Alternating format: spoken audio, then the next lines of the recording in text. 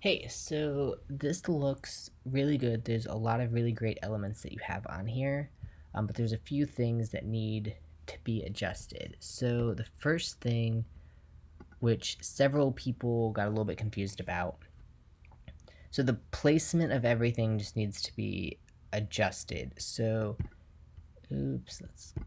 so if you look at the project sheet, one second, let me pull that. Project2. So if you pull up the project sheet on that first page, there's this little diagram. So the front cover needs to be a 2-page document, and on the front cover, you'll have the bottom half be the front, and then the back half would be the back or the top half would be the back cover upside down, and then the inside is going to be that second page. It's really confusing to kind of look at this way and on your document. But what's happening is it's a piece of cardstock that's folded in half, and then it kind of sits on the counter so that it can be read from any direction.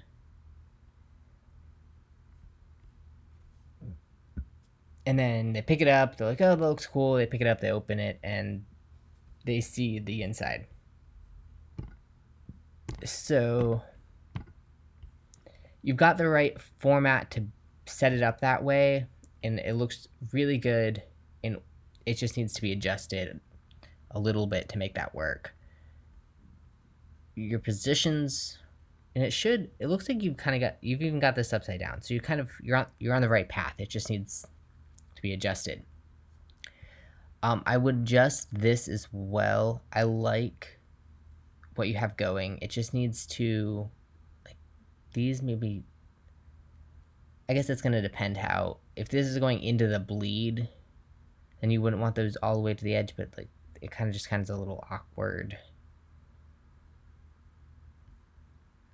Yeah. So you also have it written as like hashtag and like the code. So that means you have the hex color.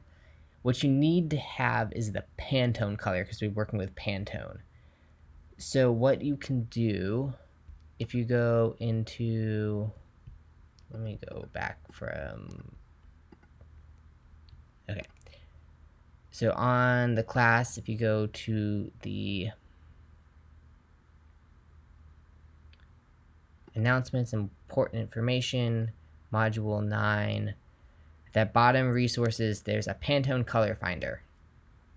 So it doesn't give you the option to type in the color, like the hex code. That'd be amazing. But instead, what you can do is kind of create something similar and then hit submit, and it's going to bring up Pantone colors. So you can then use this code, and you're going to have to adjust that to be that exact color. Where'd you go? There you go. So it's actually it's more olive than that. So let's go back, get a little bit muddier. There you go. It's a little bit closer.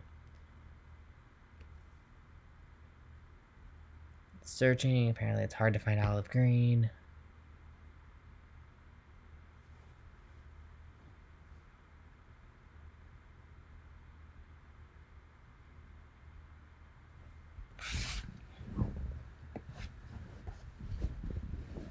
It's really struggling, isn't it? Why is it struggling so hard? Come on. Submit. There, that went way faster. Okay, so you find one that you like, and then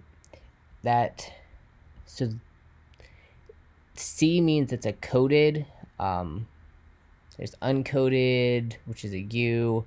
There's a lot of different examples. So let's just go this one, 10332. So then you're gonna go to InDesign, and then you're gonna pick out the color. You hit new swatch, and then from this RGB or CMYK, wherever you're starting, you scroll down, and it has the solid coded. So what was our 10332? I type this in here. doesn't always pop up. 1033. It's not there either. But it should kind of get you closer. We could even work with this one. Let's see. Now we have a code, so that one is 371.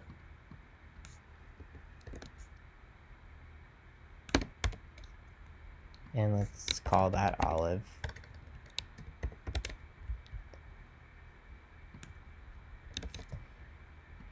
See, so then you have your Pantone codes. It's really good to write Pantone above it too. It gives it kind of the format that they like. I closed off my example. But if you look at Pantone color palettes, see, they all have that same format where it says Pantone, then the color, and then the code, a name. A Pantone code name. Sometimes it's bold and then light, sometimes it's all bold. That's kind of your preference and how you want to lay that out, but it all has Pantone code and then name. So you want to follow that same format that everybody understands as Pantones. A lot of them use squares. You're welcome to use circles, squares. Just you want it to fit your design. Okay, and then, but I think you're off to a really great start. You can use rectangles, that's fine. Just, you want it to fit the format. Okay, once you get that all in the right position, if you want me to give you any more feedback, just let me know. Or if you have any questions from this video, I'll be happy to answer them. Okay, bye.